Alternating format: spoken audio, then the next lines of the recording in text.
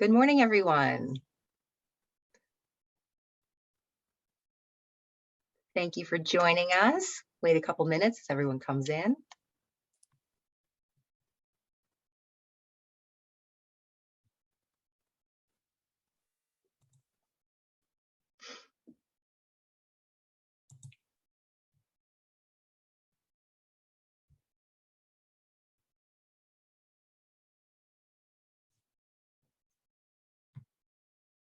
All right, I'm going to get started. Good morning. I am Claire Olekshak, Executive Director of Sustain Dane. Welcome to the April Sustainable Breakfast Series, Invest Your Values. As you join, please introduce yourself in the chat, type your name and organization if you are here with one. After the program, we have networking. There is a link in your registration email, and we also will put it in the chat.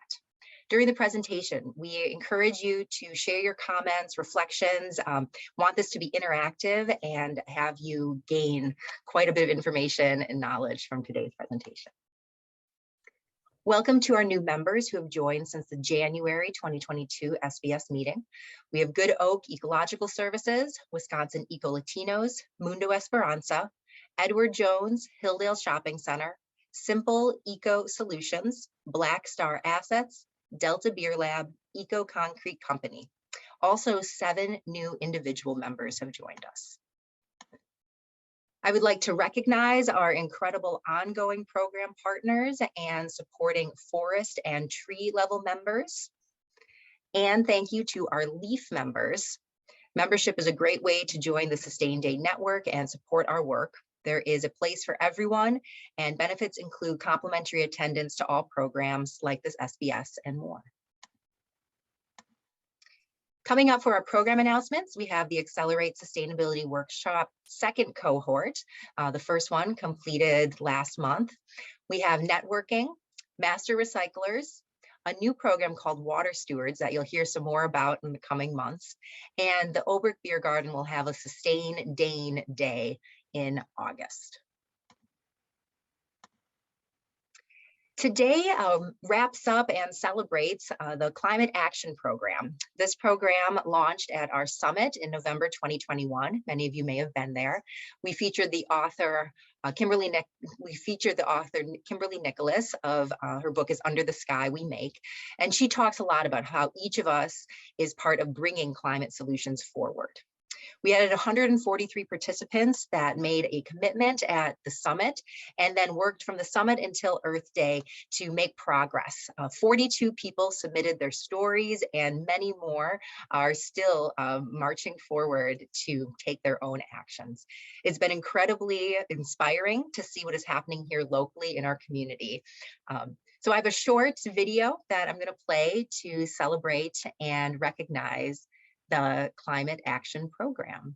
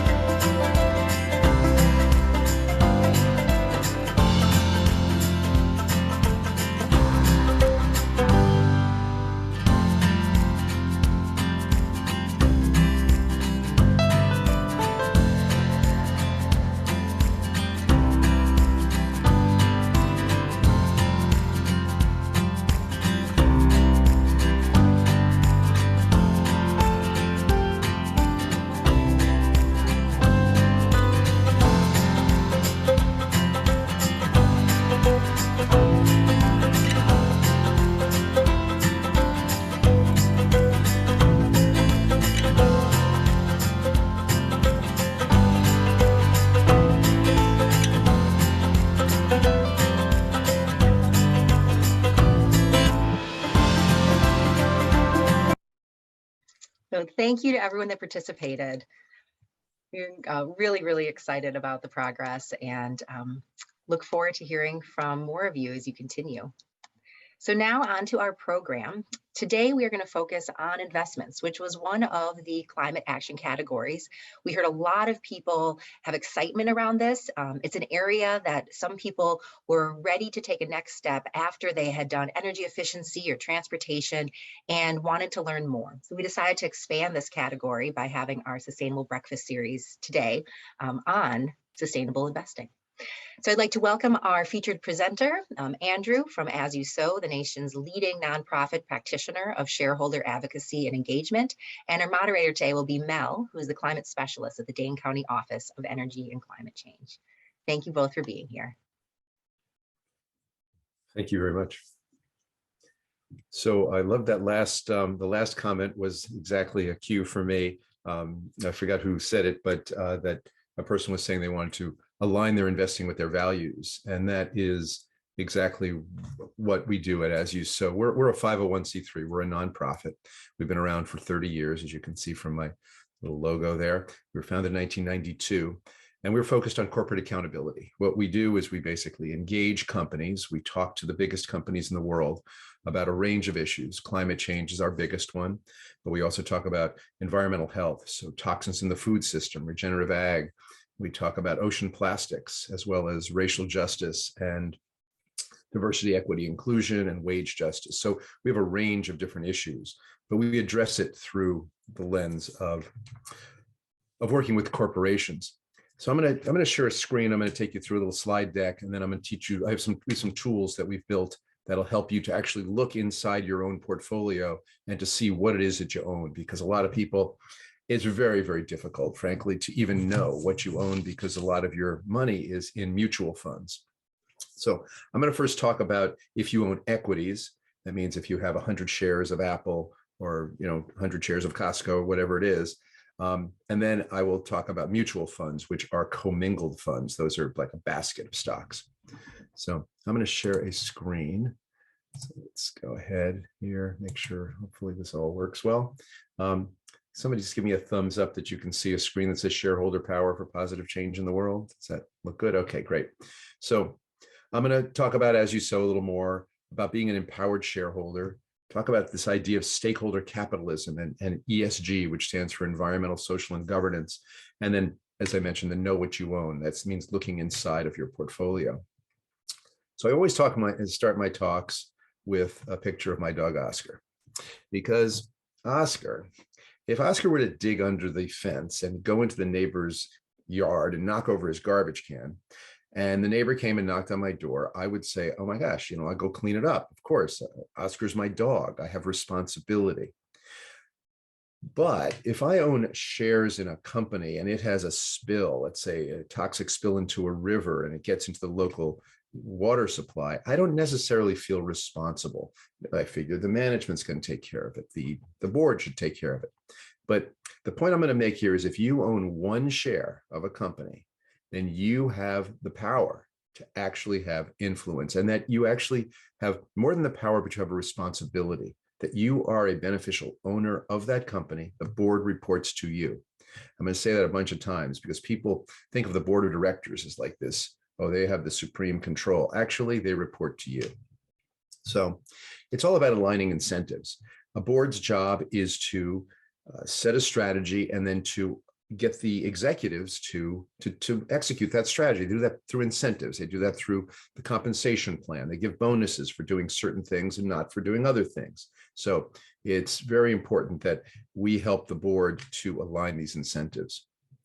So As You Sow believes that environmental health and human rights can be improved by shifting corporate policies. Corporations are the most powerful entities on the planet. Of the 100 largest financial institutions on the planet, corporations are 69 of those. Walmart sits right between Canada and Spain at number 10. When a company changes policies and practices, it ripples through their supply chain, it ripples through their employees, it ripples through thousands, if not millions of people. And so by getting the company to change a policy, you can have a very leveraged impact. So And as you saw, we deal with a lot of big companies. These are just a few of them. We deal with many, many more, but just so you kind of get a sense of, we're a little organization. We're 30 people. We're based in Berkeley, but we actually, during COVID, we kind of dispersed out. People now live all over the country in 9 different states. And we believe that, I'm going to go back one, just as our name is biblical, as corporations sow, as you sow, so shall ye reap. As corporations sow good environmental, social, and governance policies, they're going to reap increased share value. They're going to have extended employee retention. They're going to improve their brand reputation, and they're going to reduce risk. This is all about risk. ESG, environmental, social, and governance. All we're talking about is risk here. And a good manager is always looking to deal with risk. So the bottom line is shareholders have legal standing. You can talk to the company about things that are material. Materiality means it's information that the company is required by law to give you so you can make a buy or a sell decision. Anything around materiality, you have the right to ask, and the company must give it to you. So this is a very important power that shareholders have. And you have this power, but most people abdicate the power before they even know they have it. So today we're going to talk about how to use that power, how to realize you have it, and really, how to bring about change. So I'm going to talk about this idea of stakeholder capitalism. In the summer of 2019, the Business Roundtable came up with what they call the new purpose of a corporation. Now, since the 1970s, there was this guy named Milton Friedman who said, abuse your employees, have slavery in your supply chain, dump in the commons. It's okay, so long as you make as much money as you can for the shareholders.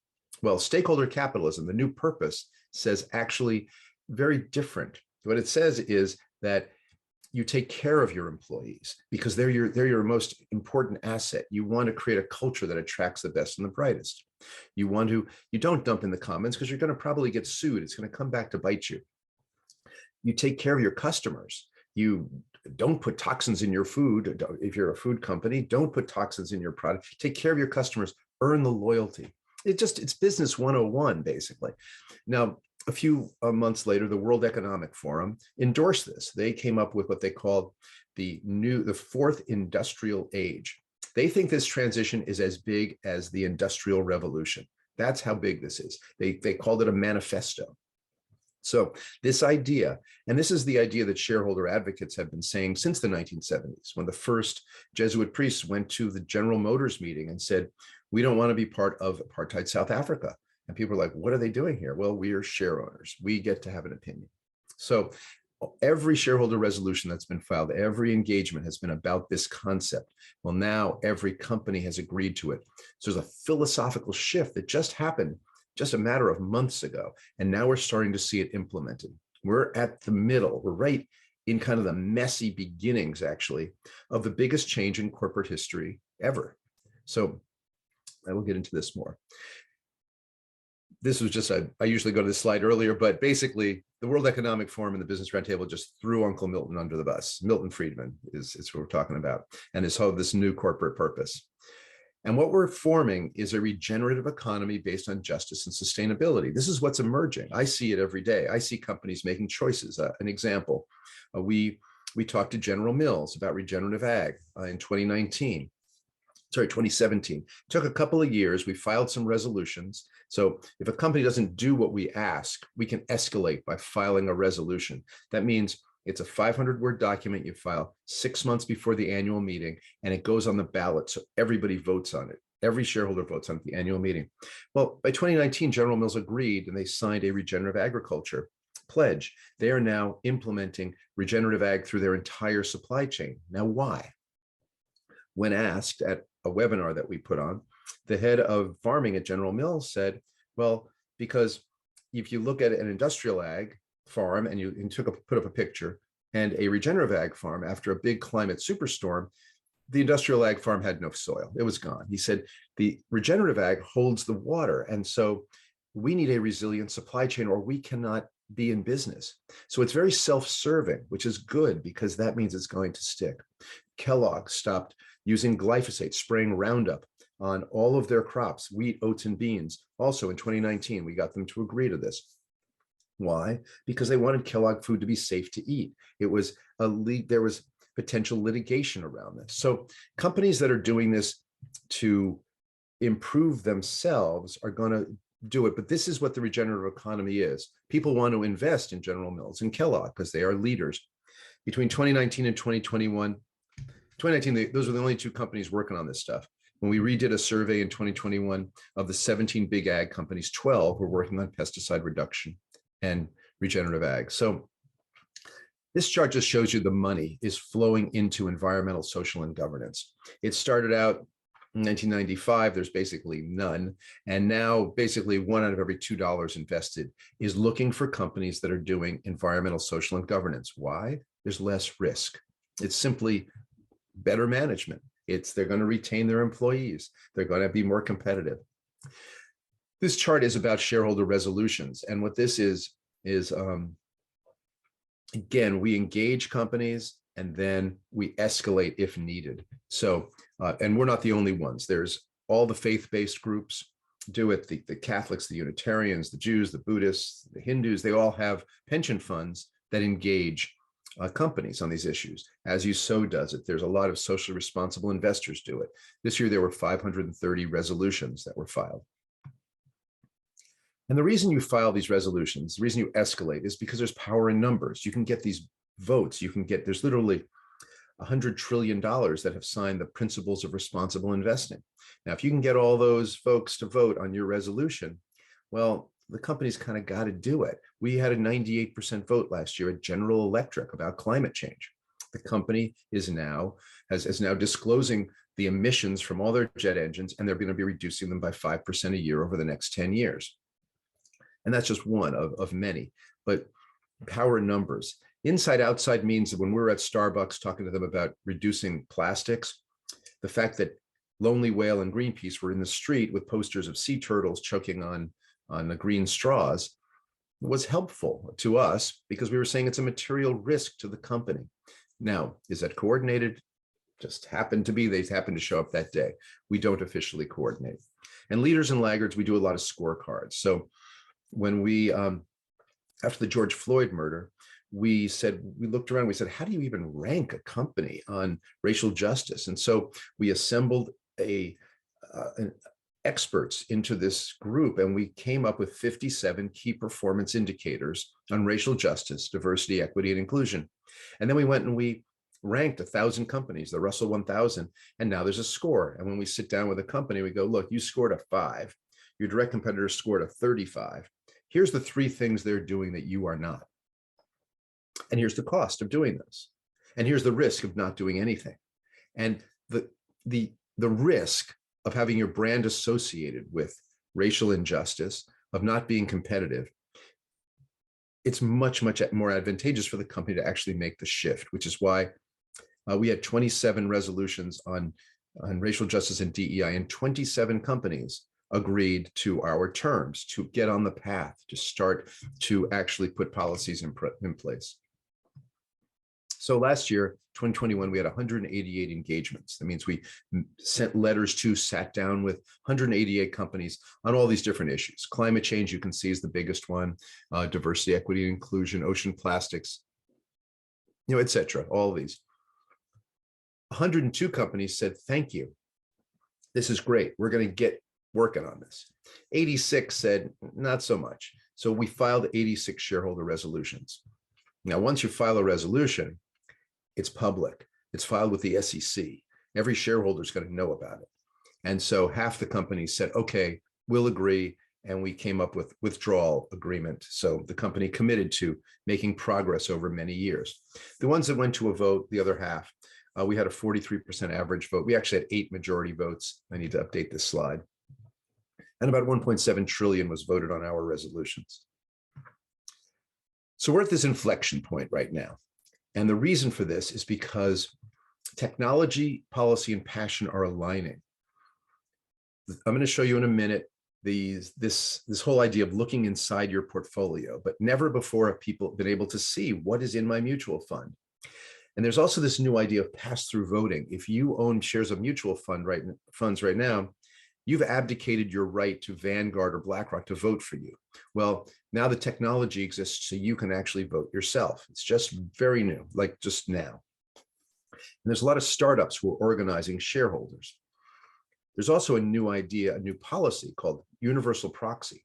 When you run a board slate now, everybody gets to vote on it because the company has to put it on their ballot. Right now, and this starts in August, right now you have multiple ballots. So if you're running a board slate, you might have 2 or 3, you have to choose a ballot. And so it's very undemocratic. It is worse than like the Electoral College. It's just craziness. There's also this SEC disclosure rule that's going into effect soon. And that means that companies, when they disclose climate information, I know it's going to sound crazy, but it has to be accurate and it has to be verified and put in their audit. Right now, they can put out anything. The companies are putting out misleading information, inaccurate information, and investors are using it for decision making. And the SEC is saying, you know, that's not so good. So we want to establish trust between companies and their shareholders. And that's what the SEC rule is about. It's also a lot of employees saying, I don't want to be investing in my own destruction.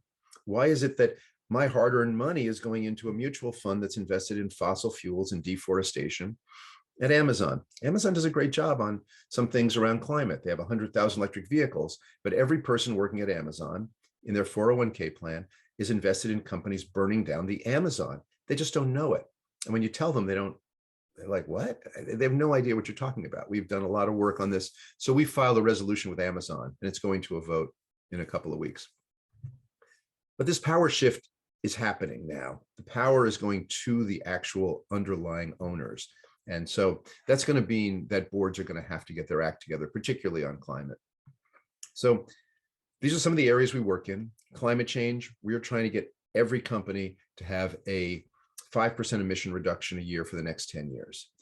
We focus on big oil, utilities, banks, insurance companies, pipeline companies, fracking companies, but every company needs a climate plan. Ocean plastics, we're trying to eliminate all single-use plastics. Unilever agreed to 100,000 ton of plastic reduction. We got Yum Brands, Dunkin', and McDonald's all to stop using styrofoam. That's 3 billion styrofoam cups that will not be produced this year and forever. That's a lot of oil and gas that goes into those. Environmental health, I spoke about regenerative farming. We're trying to stop pesticides and remove heavy metals from the food system.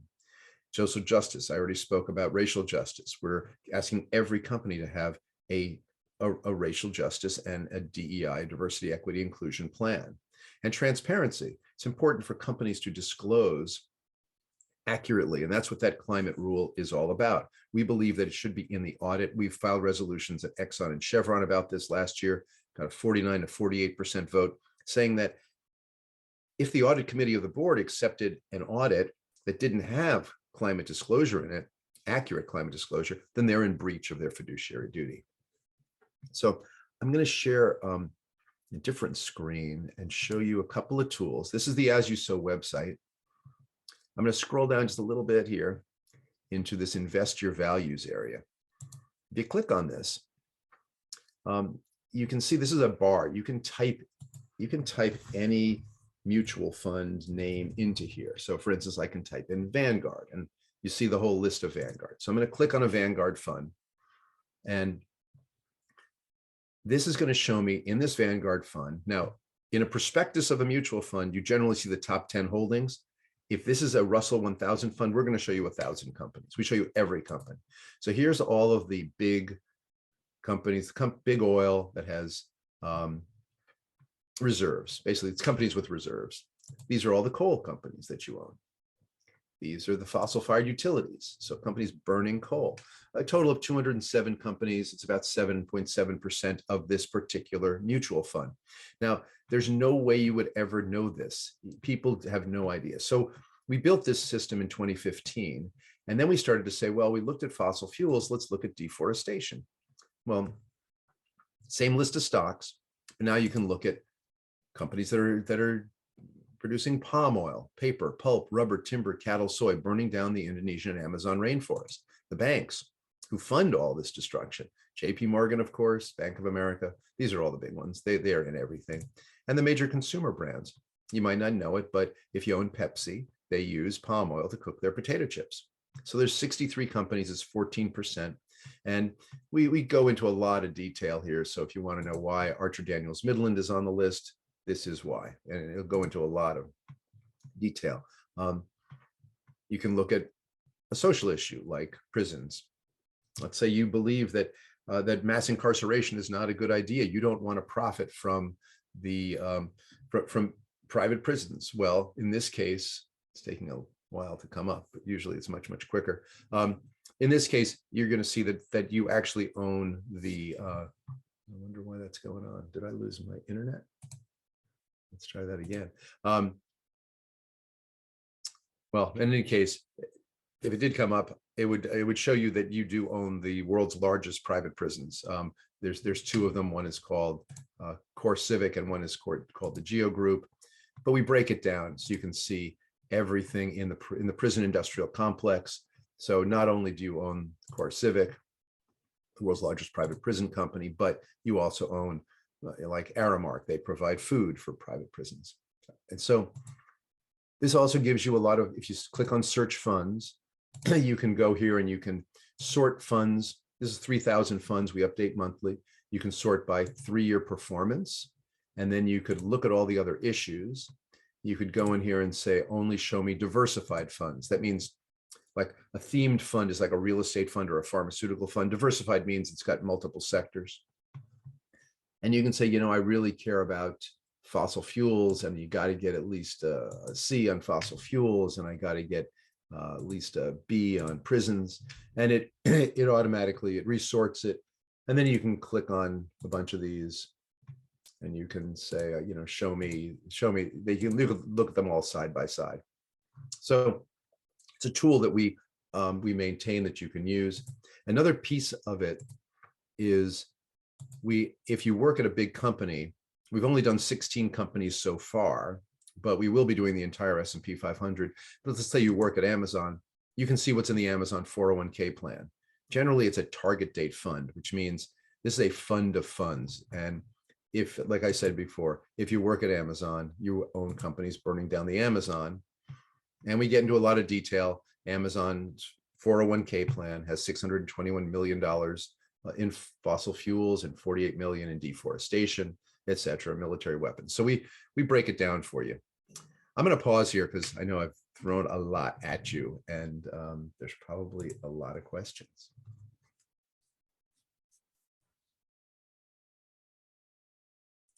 Thank you for this. This is so fascinating. I'm just trying to absorb all the information, and we've gotten some really thoughtful questions in the chat too.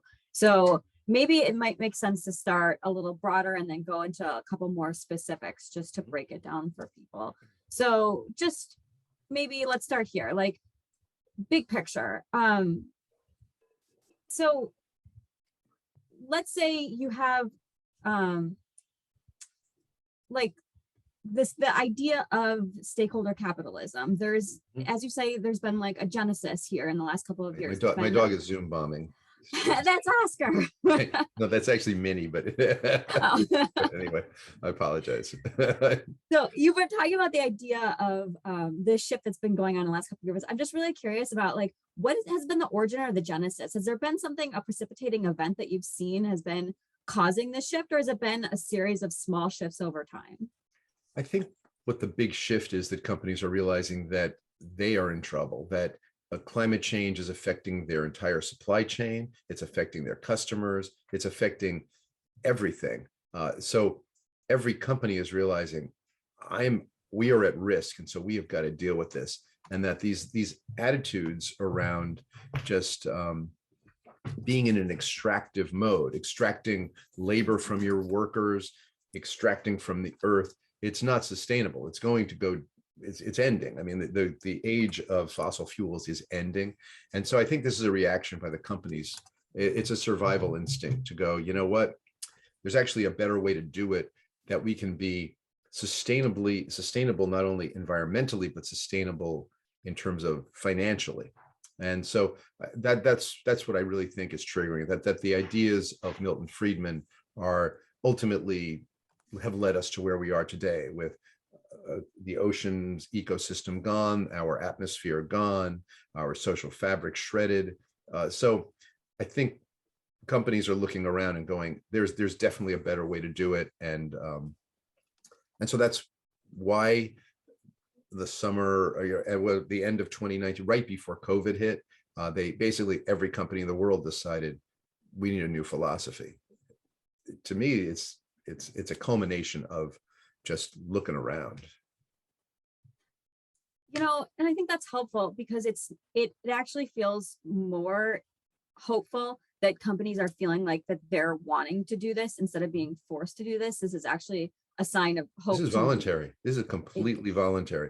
No, nobody told the Business Roundtable 180. This is 181 CEOs. This is Larry Fink. This is Jamie Dimon. I mean, of JP Morgan. These are the people who have shredded I mean, JP Morgan still invests in, they're the #1 company investing in every fossil fuel extraction project. They still are continuing to be destructive. But they all signed up for the new philosophy. Now, when we saw that, most people said it's greenwashing. This is ridiculous. Personally, and from As You Sow standpoint, we said, no, this is actually the philosophical shift that we've been talking about since the 1970s. They've actually agreed that there's a different way to do it. And so we then filed a shareholder resolution with BlackRock saying, great that you signed it, but how are you going to implement it? Now, BlackRock got a little upset. They said, we signed it. That's all you have to do. It was like, no, that's intention. That's not implementation. So that became a very public debate. How is BlackRock going to actually implement this? And you see, BlackRock and Larry Fink, they talk a lot about climate change in his annual letter. He says every company needs a climate, a Paris compliant transition plan. He stops short from saying, and if you don't have one, we're going to vote against your board. If he did, everyone would have one already. So he chooses to not use his power. He chooses to state the problem, but then not the solution. But at least he's stating the problem. So we're making some progress. And, and on that note, I think that that's a really good example of progress and hope. Do you have other examples of here's what we did and here's a win that we had? What's a successful project or an exciting win that you've hundreds seen? Of them. I mean, literally hundreds of them. I mean, just this year, Coca-Cola agreed to refill plastic bottles. That's going to reduce virgin resin by 20%. Now, virgin resin is from oil and gas, so we've cut supply. Pepsi, a few weeks later, Pepsi said, "Oh yeah, we got to do it too." So you get one company to lead, and then they all start to follow. I gave the example of basically 12 out of 17 major agriculture companies are all moving into pesticide-free, into regenerative ag. Why? Because they want to sell to General Mills and Kellogg, and it's antibiotics in meat. We got McDonald's, Wendy's, KFC, Burger King, all to sign a no antibiotics pledge. We took that upstream and we told Tyson, Sanderson, and Purdue, you are going to have to change the way you raise poultry or you will simply be out of business because all your customers don't want what you're producing. It's the market forces are just shifting. And I mean, that shift on the poultry, that took us about 2.5 years to get all the companies, all the customers to sign because the producers didn't care. We're now working on beef, working on pork. So, I mean, I could keep going. It's the companies who you want to invest in are making these decisions, and they're doing it because it's financially more stable for them to be doing. It reduces risk in their supply chains. It reduces risk with their employees. I can tell you, we sit down with companies about racial justice. We sat down with a big bank, one of the big 6 banks. It looked like they had nothing going on.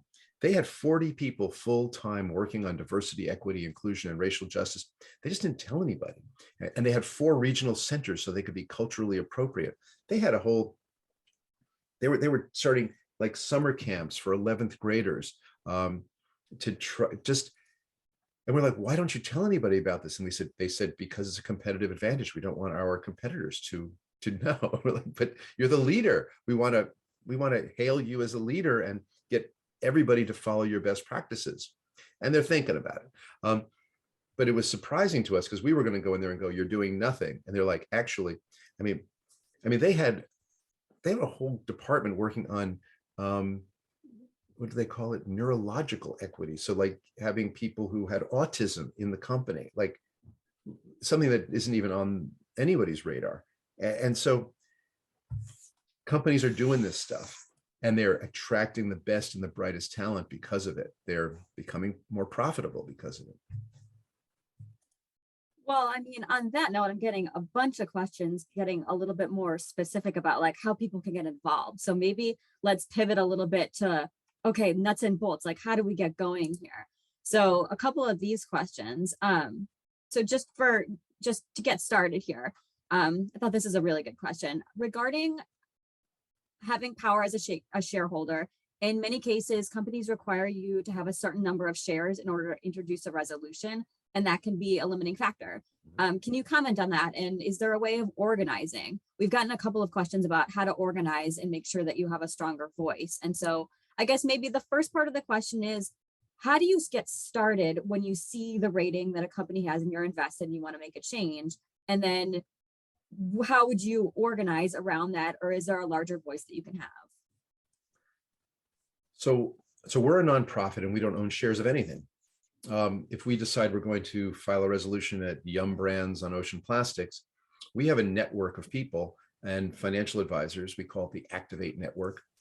And we say, you know what, we've been talking to Yum. They don't want to do it. They don't want to, whatever it is. I mean, they've already they've eliminated styrofoam at 6,700 stores. So let's just say we want to, actually, we're talking to them about PFAs, like in their wrappers. You know what PFAs are, these forever chemicals. We got McDonald's to stop using them, but so this is a real example. So we then reach out to our network and we say, does anyone own shares of Yum? You have to have owned it for 3 years. You have to own $2,000 worth. And if you have that, you sign a DocuSign, and now you've authorized As You Sow to file on your behalf.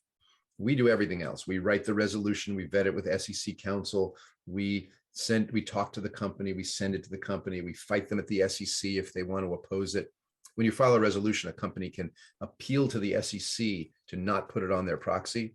In fact, we just won a battle at Amazon, at Comcast, at Chubb, and at Travelers over the last 2 weeks. They all didn't want the resolution on their proxy, but the SEC said, no, you got to do it because what the As You Sow resolution is righteous.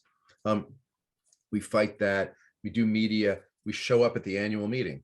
And literally, it's tomorrow, we're going to have a person in Omaha at the Berkshire Hathaway meeting, 30,000 people in an arena. So you have to actually physically go, or a lot of them are doing it virtually. So we do all that work. And then we report back and say, the company has agreed to our terms, and we let you know. So you could, if you're an individual with equities, you have to have underlying ownership of them, not a mutual fund. You could join our network. We don't charge. We just give gratitude. Thank you, because we can't do our work without you. And so that's one way. Now, last year, the SEC raised the amount of money you need to hold in shares. It used to just be $2,000 for a year. They raised it to $25,000 if you've held it for 1 year, $15,000 if you've held it for 2 years, and then $2,000 if you held it for 3 or more years. So now we filed litigation. We filed a lawsuit with the SEC, and we should hear in a couple of months, it's been fully briefed, whether or not we win. We're trying to overturn those rules because we think that it's trying to silence a shareholder voice. So we'll see. It might go back to $2,000. It might not. But in any case, to join the network, I saw that flash up on the screen. I'll put in the chat an email of my assistant, and you can, it's Namita at asyousow.org, but I'll put it in there, Namita, and she can help you, because we have a lot of individuals, and also we have advisors who have like all their clients doing it. So that's one way. Now, if you want to write your own resolution, it's a little tricky. It's not for the faint of heart. Let's put it that way. It takes a lot of, you need expertise in the area. We're happy to teach you. You can go on our website. I'm going to share the screen again. And let's see, where are we? Can you see my screen?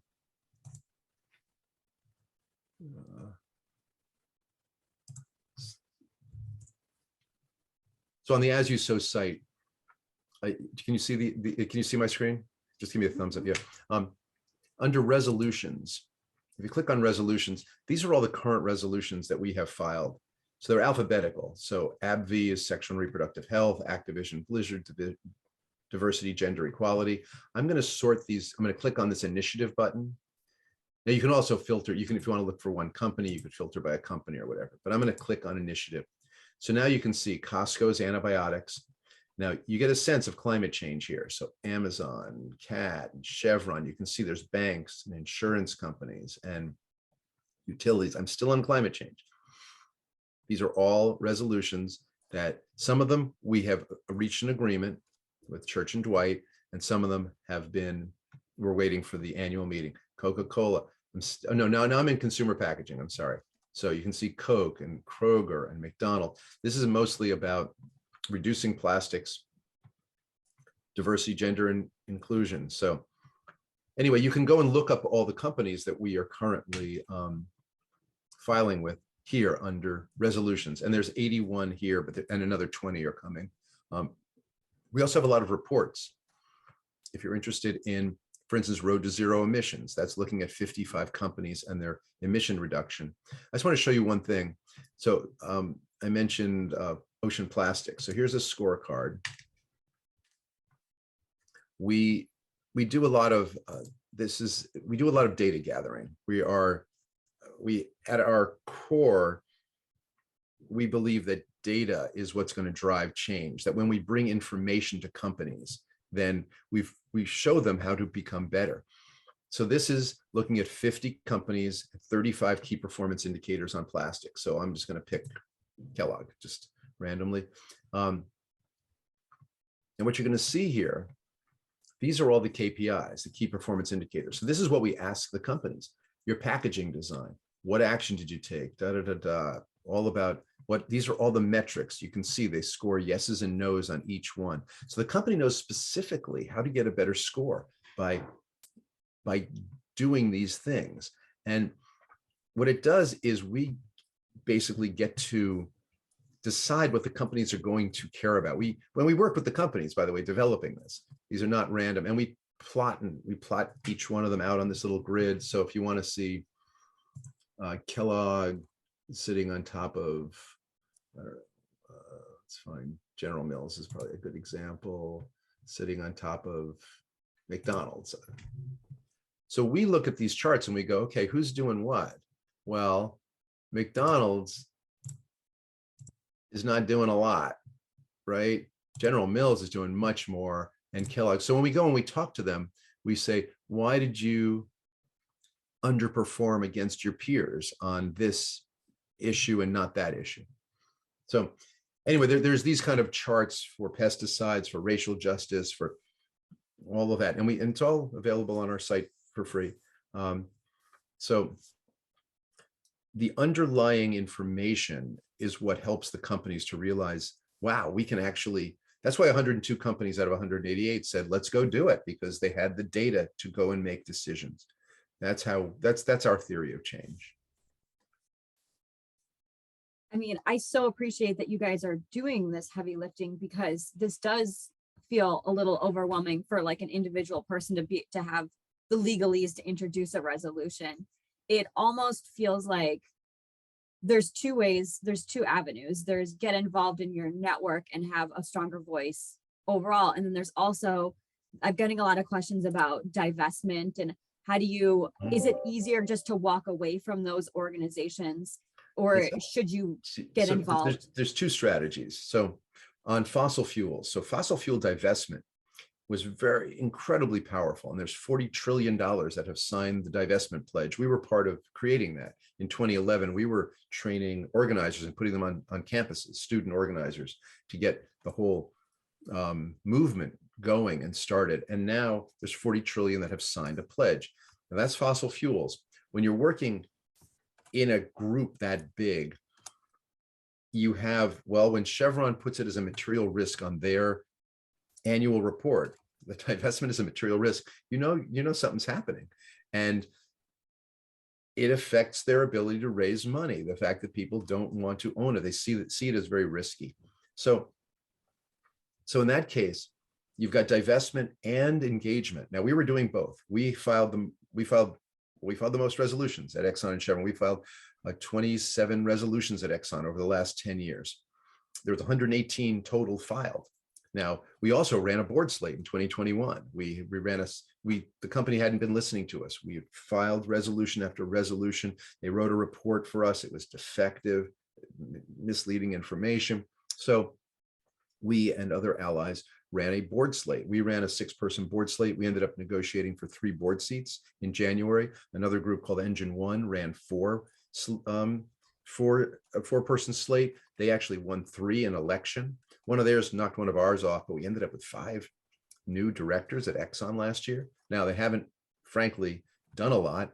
Exxon expanded the board from 9 to 12, so 5 didn't have a majority, but at least there's a voice in there, even though Exxon still refuses to deal with their scope 3 emissions. They've done a lot of stuff on 1 and 2, and scope 3 is the biggest, is 90% of their emissions. So there's ways to escalate. Now, we also escalate into litigation. We recently had a big win in Ohio, First Energy. We filed a derivative shareholder action. 6 people will be basically thrown off the board, and $180 million will be distributed to investors. If the judge approves it, the settlement's done. The judge, I don't know if he's going to approve it, but so you can escalate also into litigation. There's another whole layer of work that you can do. But ultimately, again, the board reports to us. So if they're doing stuff that's not good for the company, then it's our responsibility to respond to that. But back to what people can do. I know I'm sorry.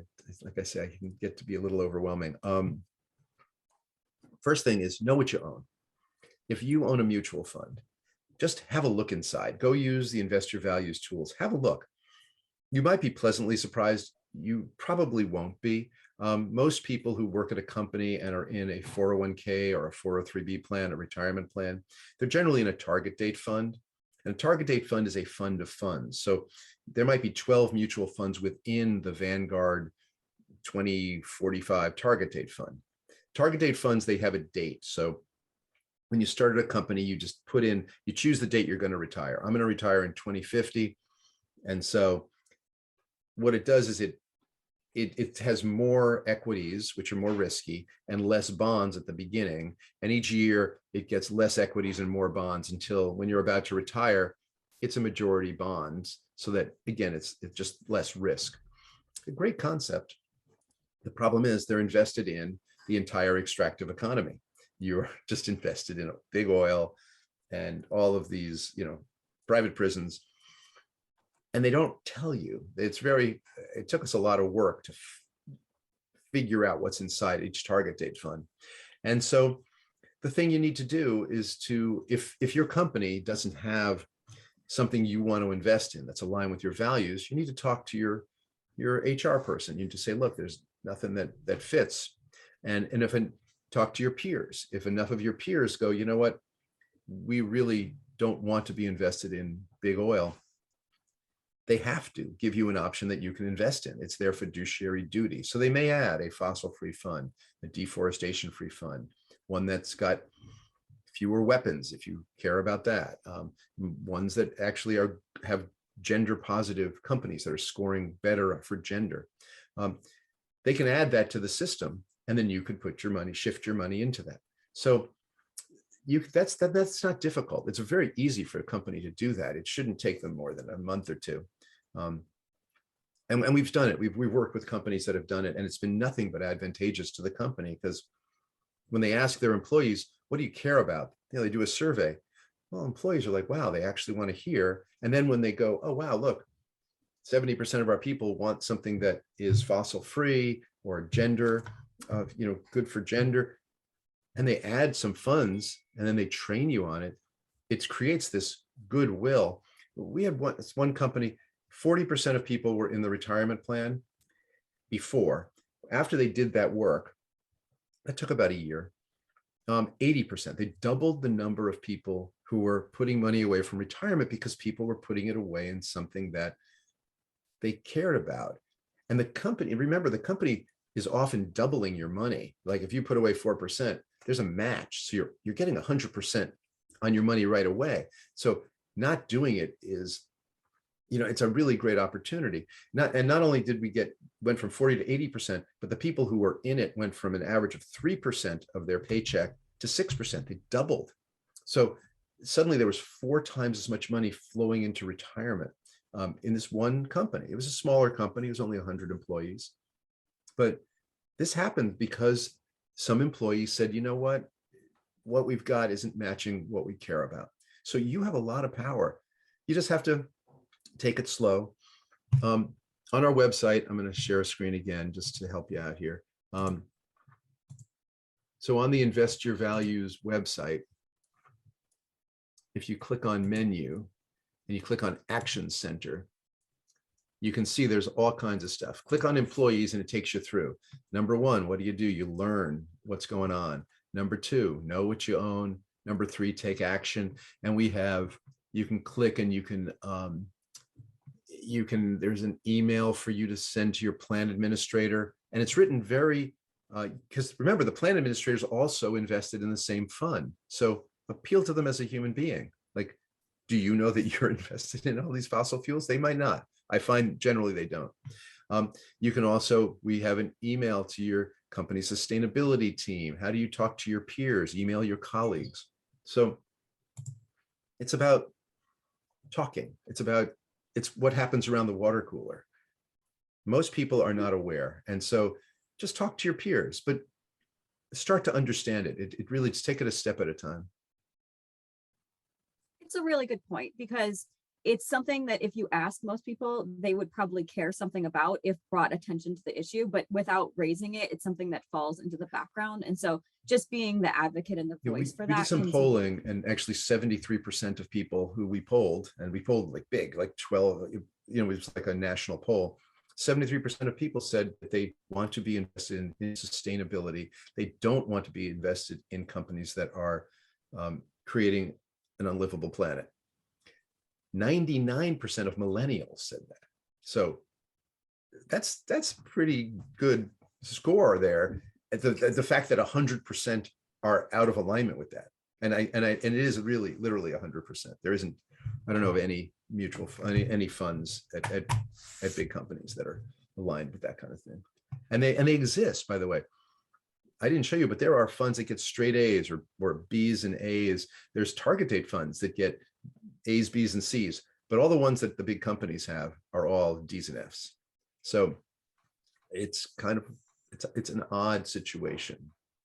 Well, and the other issue that we see is, some people are bringing this up in the chat as well, is the idea of greenwashing and just paying lip service to something. And so maybe you could speak and we only have 5 minutes left. So just a quick time check. Let me show you. How do you tease apart the greenwashing versus real intention? So we did a study that we looked at. So I told you we have 3,000 mutual funds in our system, right? So here, hang on a second. Search funds. So we pulled out the 90 that have ESG in their name. So if you type ESG here and you search, these are all funds that have ESG in their name. Okay. And I'm going to show you. Now look at all these that have ESG in their name and get all A's and B's, maybe a couple of C's, but that's okay. But look at all of them. There's just like tons. However, if you flip it and look at all the ones that have F's, of the 3,000 funds that we look at, 90 have ESG in their name. 60 get D's and F's on ESG. So we did a whole study about this, and we brought it to the SEC, and we go, what is with the naming thing? And they said, well, our naming, it's a little bit antiquated. The way it's based is, if you call whatever you call a fund, it's got to be like, if it's a large cap equity fund, it's got to be 80% large cap equities. But what people have done is abuse that. And they say, well, I can have a fossil free fund so long as it's only 19% fossil fuels. And that's not what people think of. I said, this is a labeling issue. This was food and it said peanut free and I ate it and I had a peanut allergy, I got a problem. Well, so you're looking at, these are all, look at this, ESG, ESG, ESG. So don't trust names. Don't trust prospectuses. We pulled all those prospectus language and we had this group at UCSD do natural language programming and processing and all this sentiment analysis. And their conclusion was prospectus has nothing, no bearing on what's inside the fund. That's why we built the tool. You got to just look inside. Don't listen to names. Don't look at prospectuses. Look at the actual companies inside and say, does that match what I care about? I tell you, there are literally hundreds and hundreds of A's and B funds across the board that outperform or perform equally. Oh, I didn't show you in that comparison chart that I showed you earlier. You know what? I'm going to share one more time just to. So let's just pick a couple of these funds here. And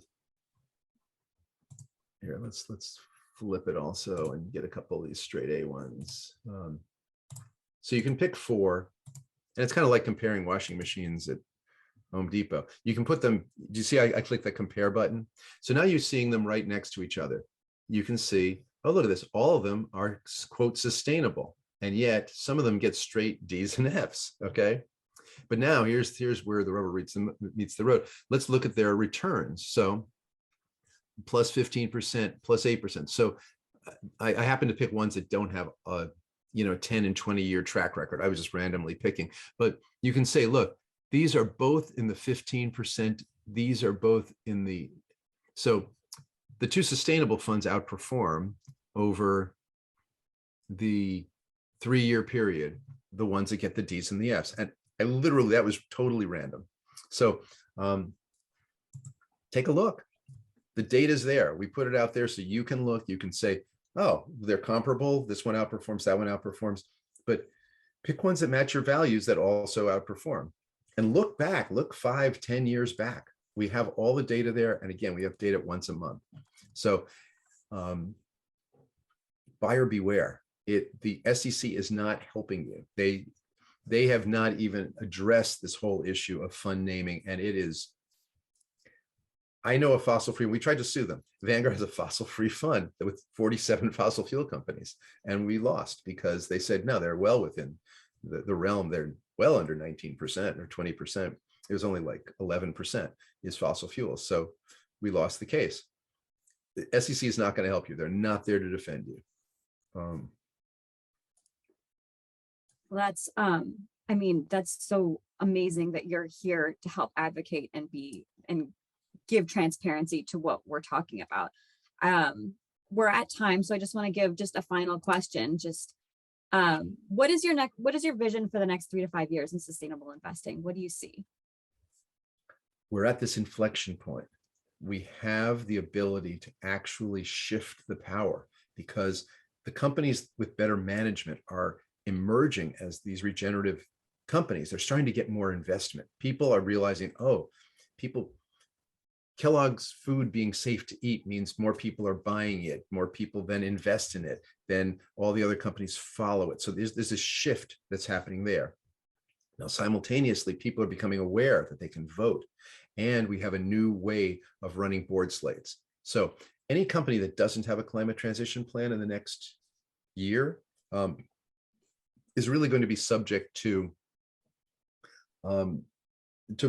running. There's going to be a lot of board slates running. There's going to be a lot of replacement of boards. I think we're going to be reconstituting a lot of boards of directors and really seeing a major shift in capitalism overall. I think we're going to be seeing an emerging, like I call it, the regenerative economy. And I think we're going to see the extractive economy truly starting to wind down. So it is exciting. It is like, it was a logjam for years and years. Nothing was happening. And now the logs are gone. Now we're in whitewater rafting. It's just like, it is coming at it fast and furious. Every day there's stuff happening.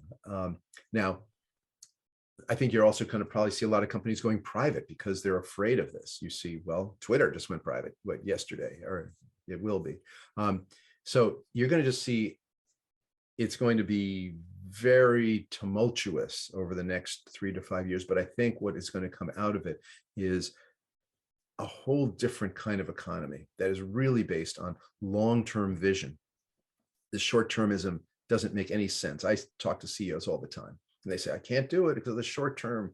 And I am looking at your stock register and I'm scrolling through it and I don't see any short-term investors here. They're all pension funds. They're all big asset managers. Like, what are you talking about? Maybe 5-10% is short term. Are you making your major strategic decisions based on 5-10% of your investors? Like, what are you talking about? And they're like, oh, yeah, I guess you're right. So it's like just there's a lot of mythology around this that people have been taught in business school and Wall Street. There's people on Wall Street who still don't even, they pretend they don't know what the acronym ESG means. It's really amusing. What does that mean? And it's just, but this is the way money is flowing. This is capital. It's a capital flow and you cannot stop it. This is how it's going to be shaping up.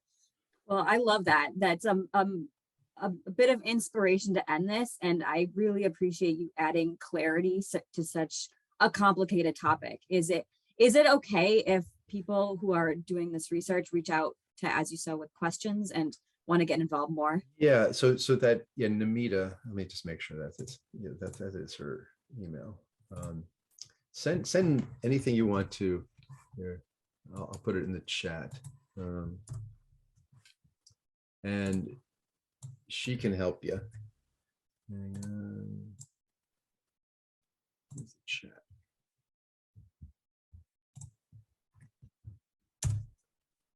Wonderful. Thank you. Yeah. So any questions you've got, she can direct it to the right person. If you have shares of companies, equities that you want to authorize, she can also get you to the right people. Well, thank you so much, Mel. Thank you, Andrew. We will send out an email after this with a recording. So if people want to share this with others who might be interested in the topic and weren't able to join us, and also these resources that you provided.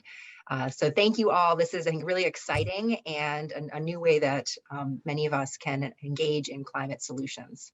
So, thank you. Hope to see you in the networking Thank you. room. Yeah, good luck and great work you're doing. I love the way, I love just the organizing and the local people just doing stuff, in their homes. That's inspiring to me, to see just people actually taking action and planting gardens and doing composting and just all that stuff. It really makes a difference and it builds a community, and that's what we need, resilience in community. So really, well, congratulations to all of you. Thank you very much for having me here. Thanks, everyone. Bye.